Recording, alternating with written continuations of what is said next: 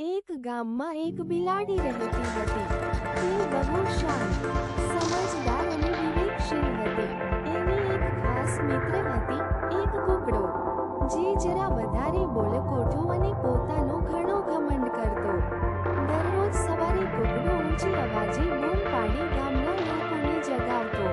એને લાગતું કે પોતે નહીં બૂમે તો સૂર્ય ઉગે જ નહીં. બિલાડી એની વાત સાંભળીને હંમેશા હસતી, પણ કંઈ બોલતી નહીં. એક દિવસ કૂકડાએ બિલાડીને પૂછ્યું, તારે કદી બૂમ પાડવાનો આનંદ અનુભવ્યો છે કે નહીં? તું રોજ કેમ શાંત રહે છે? આવા કરે છે.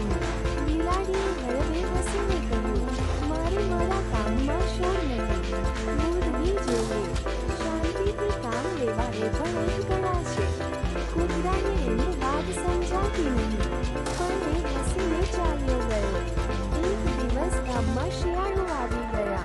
સવારમાં કૂકડો બૂમ પાડતો તે પહેલા જ એક ચંચલ શિયાળે એની તરફ ધાવા કર્યા.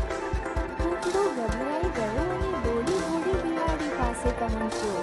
બિલાડી ઊંઘી રહી હતી, પણ એની આંખો તરત ઉઘડી ગઈ. એણે શિયાળાને જોઈ તરત જ ઝાડ પર ચડી ગયેલી એક દોરી ખેંચી અને શિયાળું ગાબડામાં ફસાઈ ગયું. કૂકડાએ કહ્યું, આ તો કમાલ થઈ ગઈ. તું તો સાચી યાર છે. મારું જીવન બચાવ્યું. આવા કરે છે. બિલાડીએ હસીને કહ્યું, ઘમંડ કરતા નહીં. સિચ્યુએશન્સમાં સમજદારી કામ આવે. હવે શાંત રહીને બધાને ઊંઘવા દે. આવા કરે છે.